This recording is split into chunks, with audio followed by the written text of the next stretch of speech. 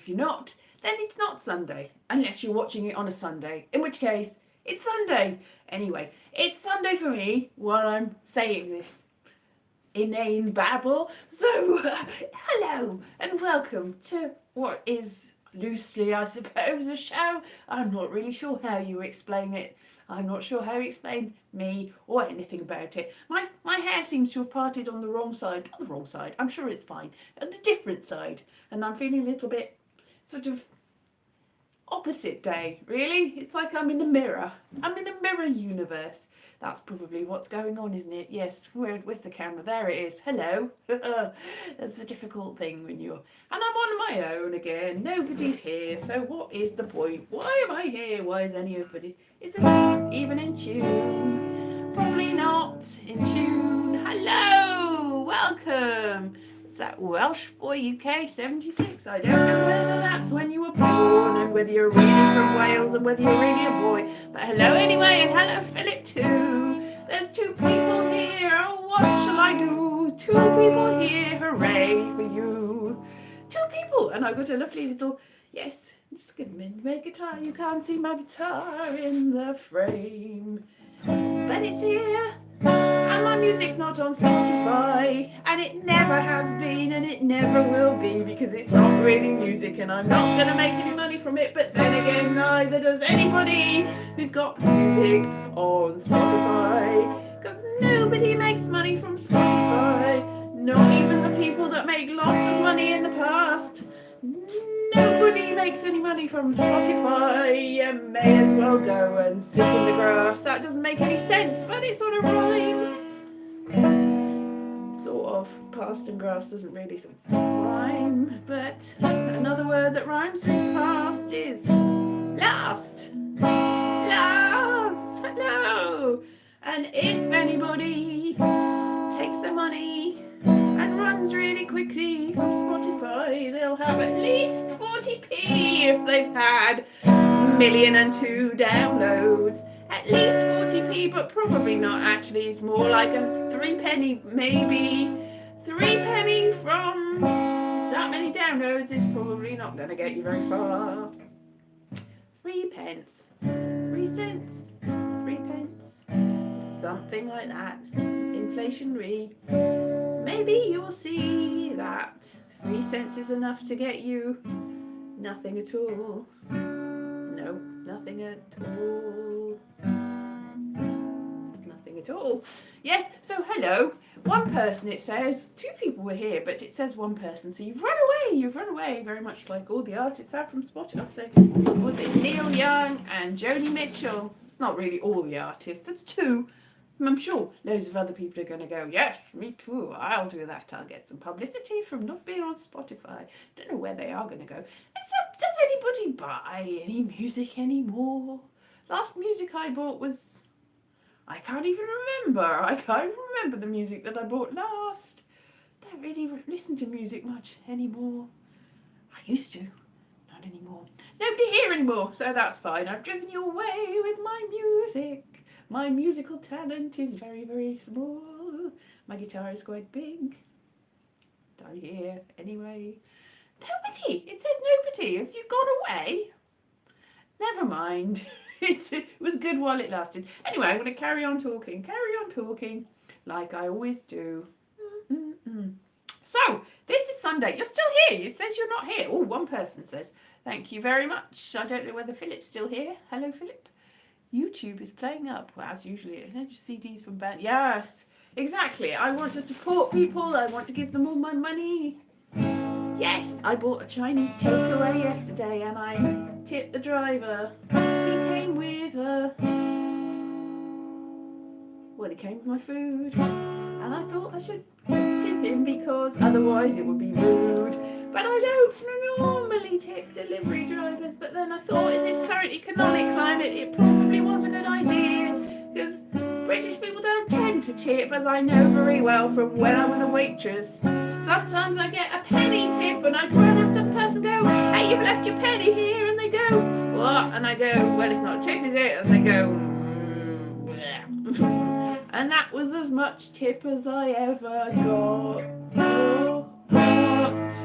So you don't really get tips if you work in the service industry, maybe in London where there's tourists, but generally where there's other British people, you know, hello, greetings from Hickory, North Carolina. If you work in the service industry in Britain, you might get tips if you're lucky, but you probably won't. And if you're a delivery driver or a hairdresser, it's very random because some people do tip and some people don't. And who knows what the protocol is? I don't know.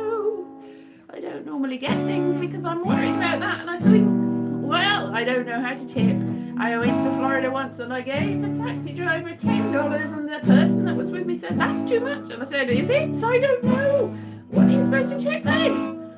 I don't understand tips. It doesn't make any sense. You have to do maths if you're in the third place, and maths is too hard. What percentage of tips are for wages? I don't know. They tend to... You've got minimum wage in Britain. You don't work for tips. You have to pay tax on tips, so you don't work for tips. You just get a job that pays a minimum wage, and it pays that whatever you do. And sometimes, if you are lucky, you will split all the tips and get something, but you'll probably have to be taxed on it anyway, so what's the point? What's the point? Yes, the national insurance and the tax is going up. My wages went up a tiny bit last year, and so did the taxes and the national insurance and the pension plan. So I actually ended up with less money than I started with because it all went away and I will not see it like again. It's gone. I mean, I believe in taxing, obviously, but I was on a very low income, just below the tax threshold. I went slightly above the tax threshold, and then all the money went further below. So now I got a lot less than I had before. It doesn't make any sense to me, but that's how it is. And as I believe in a social economy and having money to pay for everything, then I probably shouldn't complain. But I will anyway. Yeah, taxation, tax. I did my tax accounts this year because I've got a very small amount of less than £1,000 though, and it turns out when I did the self-assessment, if you get less than £1,000 and you declare it, they go, what can you do? So that's fine, but I'm still having to pay taxes this year for the first time in quite a long time, which we go, oh, well, I'm earning enough to pay taxes, but I'm earning less. So that doesn't make any sense, but I am paying taxes for the first year for a long time. Whoopee for me. So I can now say with great deal, I'm a taxpayer, you know, like old people do. Whereas before I was like, well, I'm not really a taxpayer. I do obviously pay national insurance, which is a tax, but a different sort of tax. But now... Yes, let's talk about taxes. Yes, this is philosophy of taxes. I'll just do no. I don't know anything about taxes or taxis or tips or really anything about anything. As if you've ever watched any of my videos, you'd be well aware. Anyway, it's been an interesting week this week. So we've lost some people and we've probably gained some people. Obviously people have been born, but I haven't met them and I don't know them yet. So that's... Yeah, but Barry Cryer, he passed away this week. I met him once and he was very kind and he bought me a drink in the Loft Bar and yes, name dropping.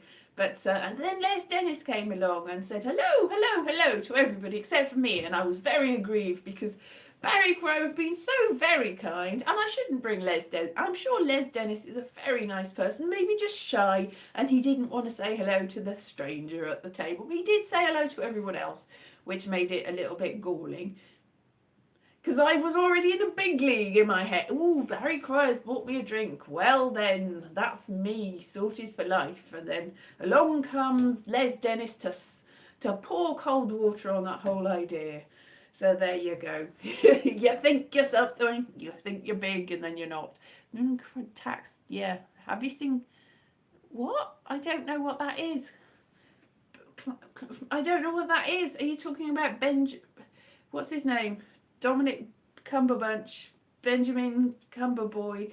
What's his name? Yeah, Benedict Cumberbatch. Is that what you're talking? That's not his name, is it? What's his name? Anyway, whatever his name is, are you talking about that? I don't know.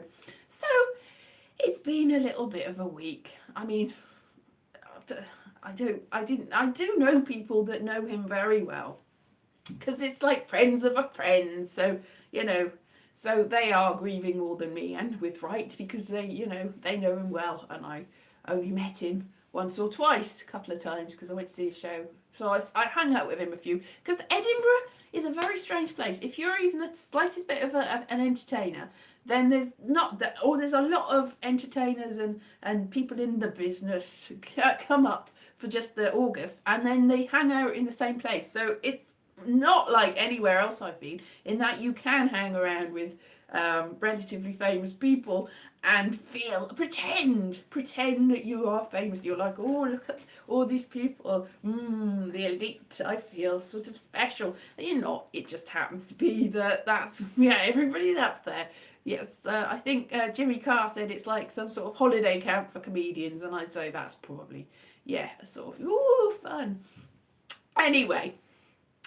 That's beside the point. I do love Edinburgh, but I haven't been there for 2 years because of the incident, and I don't know whether I'm going to go this year. But I am working with the Free Fringe to place children's shows and theatre shows. So I, this weekend, got round finally to put in some shows. So there might be some theatre and some children's shows in Edinburgh, and it'll be thanks to me in a little tiny way, because obviously it's thanks for the actual performers and the venues and everything like that, but I put them there. I put them where? Oh, it's me. It's all due to, it's not due to me. It's just I happen to go, yeah, you probably fit in there. You should have that show.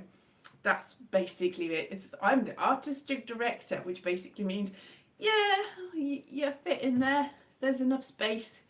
You're only one person and there's not many people can fit in there. You can have that space. That's basically it. Make a video climbing this. Oh yes, I did make that video, and I got very, very dizzy indeed. It's round and round the steps, round and round the Scott Monument, the memorial. I was going to say it's called the Scott Monument. It's not because it's Scottish. It's because of Walter Scott. So you go around. It's a narrow tower. It's very gothic, and you go round and round and round it. Oh, I did hear I saw a show about the secret spooky history of Scotland, and they had a story that might be apocryphal about somebody that was the actual architect of the Scott Monument. They were building the Scott Monument, and they'd won a competition. I think this story is going to be a little bit mangled because it's several years since I heard it and I can't quite remember it. But the person that there was a competition to design it, and this person that was not a big deal had won it, and a lot of people were very annoyed because they're like, who's he to win this? Oh, it's not fair. But he was like, yay, he was chuffed. So he would go there every day and have a little look and go, oh, it's mine, they're building my monument. Even though it's the Scott Monument, so nobody really remembers his name. I certainly don't. Anyway, one day he was going home, and I think it was when the what is now the Meadows was still a loch. It was the Norloch, I think it was. I might be wrong. The Norloch, as opposed to the loch that was where there is now a station, which they drained. So they drained all the lochs. Anyway, he was wandering home. Maybe he was in Morningside. I don't know where he lived, but it was on the other side of where the Meadows is. And he was wandering home, and then he disappeared, and nobody knew where he was until they looked in the loch, and he'd fallen in the loch, and nobody knew whether it was foul play or not. But everyone said it was because of bitter rivalry, whoever it was that didn't get the... probably not true. Anyway, he never got to see the Scott Monument in its full glory. And it's all sort of, I think it was shiny and white marble probably when it was first built. It's all sort of, I don't think they've cleaned it. It's quite dark and like broody and just a sort of spiky thing on the hill opposite the castle now. Prince's Street Gardens just up at the top of that.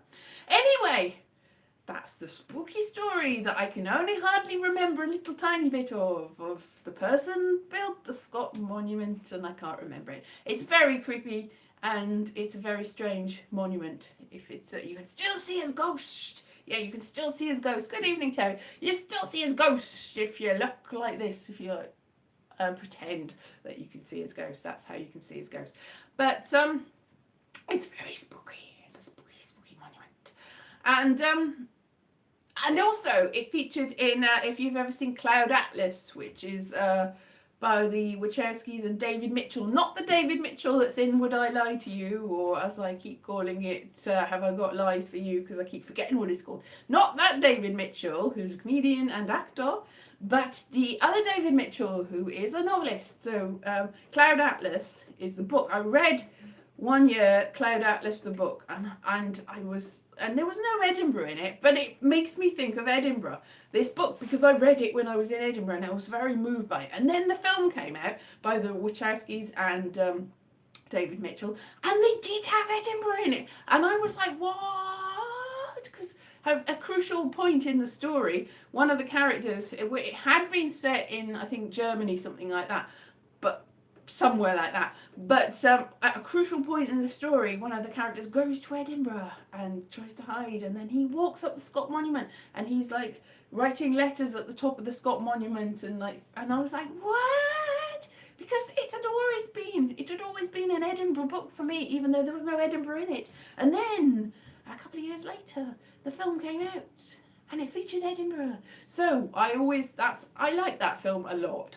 It's got faults, certainly, and there's things that you can criticise it for, but there's a lot that the actual meaning behind it, and it's a very long film as well, and it's slightly different to the book. Anyway, it's still, because I read the book, I think maybe because I read the book first, I knew what was going on in the film, and I'm not sure if you didn't know what was going on, whether it would be quite as obvious, but I don't know. Because obviously I did know what was going on because I'd read the book. Difficult that, isn't it? Yes, books and films, adaptations, they're all different. Do what you want. Yes, I've written books if you want to go and buy them. I was thinking about this the other day because a long time ago a friend of mine said that they'd read one of mine and was like, oh, give me the film rights for it. And I was like, yeah, okay. Yeah, but it was before I bothered trying to publish it or anything. It's self-published now, to be honest. It's not proper published. But it's available. Anyway, they had said that. And somebody else had read, it's a book that actually has a little tiny bit of a claim in that it was on a syllabus on a college once as well. So it's all right. It's all right.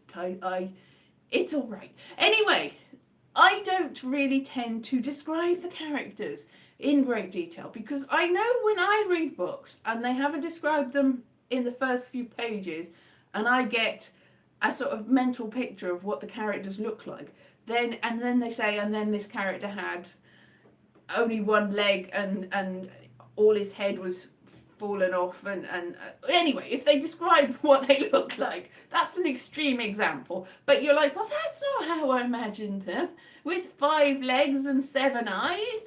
They were not like that at all in my head. So I tend to just avoid describing characters at all when I write them. That's just me, because I believe in you having a mental picture in your head. You do the work for that. I've done the rest of it. You've got whatever your mental picture of what that person is like. That's what they are like. I hadn't accounted for the fact, because I didn't know that some people do not have mental pictures in their minds, that they cannot, because they just don't have visual memories and they don't have visual brains. So that I don't know how that works, because obviously I do have a visual brain. So that probably isn't great for those people. But then I don't know whether having a description of what you look like would help really put them in your mind, would it? I don't know. Did that work? Good characters. Oh, okay. I don't know. Anyway, I'm not sure what's going on then. I missed something? I don't know whether you've missed something. I don't know whether I've missed something. Anyway, the point is, if somebody made an adaptation of my books, it could happen. Somebody said that they wanted to make it. It could happen. Who knows? Then it doesn't matter what those characters look like, because that's what they look like in that adaptation. But that's not necessarily what they look like in the book. So, whoever you put in the cast doesn't matter. And I think getting back, it's like I'm going up the Scott Monument and down again with this story, like a twisty thing.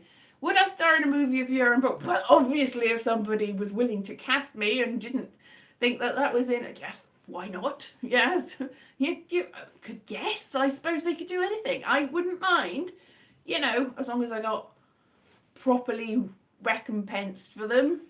And it wasn't on Spotify. Obviously, that's not where you put films, but it wasn't the equivalent of Spotify. Yes, obviously. And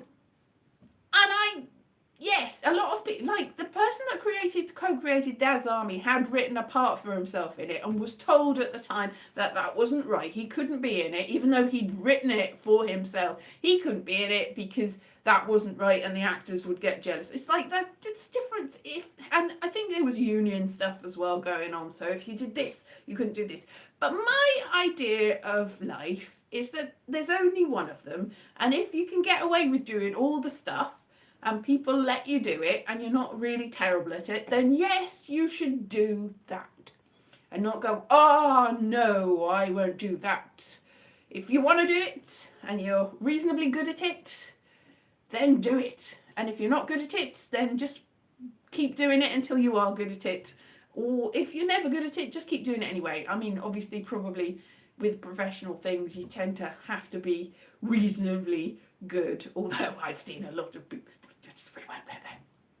Let's go there. Anyway, my point, scrolling back to the Scott Monument of a Story, is that Cloud Atlas is about these people who are different people throughout points in history, but they're the same.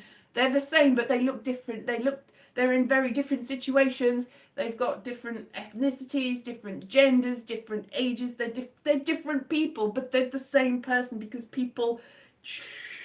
It's all about interconnectivity and just like, and how it's just unrolls and how the person inside isn't necessarily the person outside, and all different cultures, and we're all part of the human race and blah, blah, blah. And even if we were, robots or something, I don't think there's robots in there, but there are people that are clones. They're still humans because, humanity, la la la.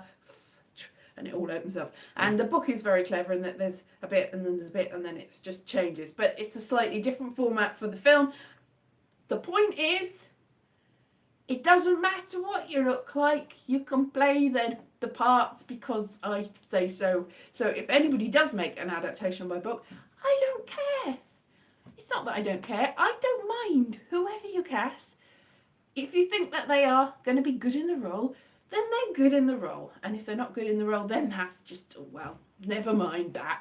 They probably will be. They'll make it their own. And you can always have another adaptation in a different language a couple of years later. Or, in the case of, have you ever seen Fun at the Funeral Parlour, which is a very good British film with Peter Dinklage in it, which got remade in America about a year later as Fun in the Funeral Parlour with Peter Dinklage in it. So there was basically, the difference was, I think there was a British family in the first one and it was an American family. I think they were an African American family in the second one, but Peter Dinklage was in both of them playing very much the same part. So it's more or less the same film, but they've remade it with a different cast, and that's fine, except for Peter Dinklage, because nobody can be Peter Dinklage like Peter Dinklage, because he is amazing. One of the best actors ever, and I would cast Peter Dinklage in pretty much anything that Peter Dinklage was willing to be in. It's like, Peter Dinklage, do you want to play this character? Yes, please, Peter Dinklage, please do that. So yeah, I'm not sure what my point was, but if you can make a remake, and there's a load of American films that were French films or something else films or Bollywood films that were Hollywood films, just you can just make infinite remakes of something.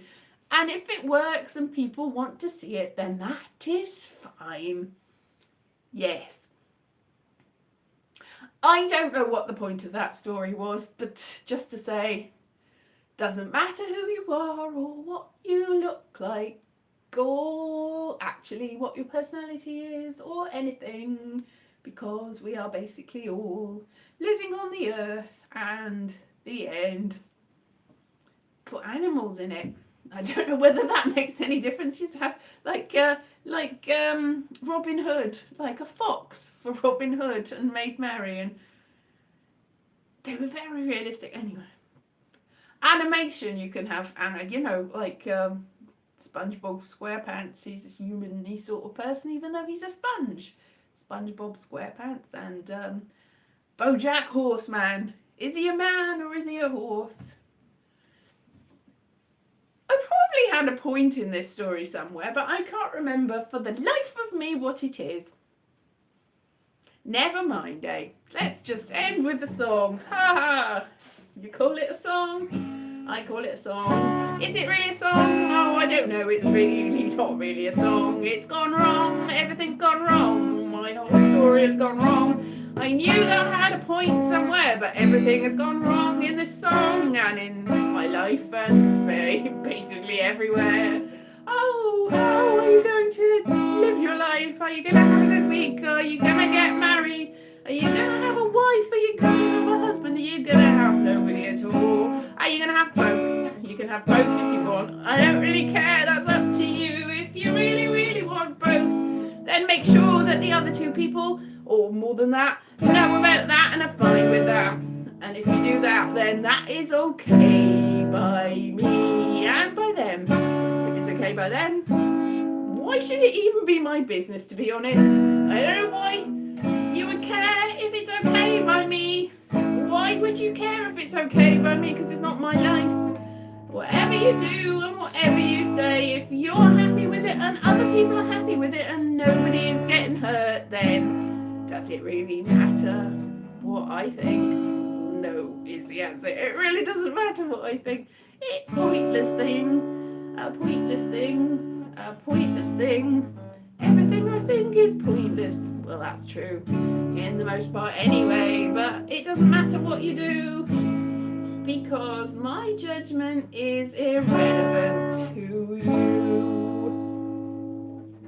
And that is the end of the song. I don't know what the point of that song was. Oh, it didn't really have a tune even, does it? But that's pretty much my songs for you. It's like that chord structure was sort of stuck. Stuck in one sort of... Didn't have a bridge, didn't have a chorus. Blah, blah, blah, blah, blah. Anyway. So I hope you have a lovely week and I will see you next week. And I don't think I'm going to order any mystery boxes this week. Although if I do order a mystery box in the future, it probably won't be a food one. I was thinking about this. If I'm going to order a mystery box, I might order a box of fun toys or something. Who knows? Best wishes to you. Yes, I need to stay warm. It's going to get cold this week, I think. Oh, I see. There's something on BBC iPlayer. That's what I'll go look for it. I will go look for it and then I will thank you for recommending that for me. And have a lovely week. And if you're ever in Edinburgh, go to see the Scott Monument. And if you ever got to see Cloud Atlas or read the book, then please do that. And listen to artists on places that aren't Spotify. Yes, basically do good things. Be an excellent person. Be excellent to each other. It's basically Bill and Ted, isn't it? Yeah. Okay then. I'll see you next week. Bye-bye.